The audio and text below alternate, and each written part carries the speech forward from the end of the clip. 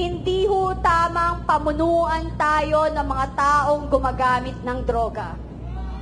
Hindi ho tama yon dahil hindi ho sila normal mag-isip. May double identity yan. At may pitik. Kaya nga gusto tayo makipagyera rather than ayusin ang pamumuhay ng mga naghihirap sa ating bansa. Ano na? Ano na? Pababayaan ba natin? Alam mo, sa totoo lang, galing ako sa INC, nagsalita rin po ako doon. At nagkita po kami ni Amy. And,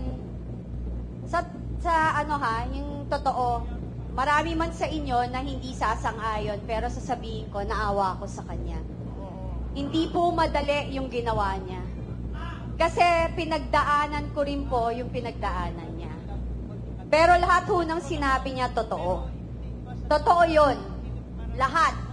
Nakakaawa. Kung sinasabi niya nga, mabait si Bongbong, dahil doon, na-manipulate siya.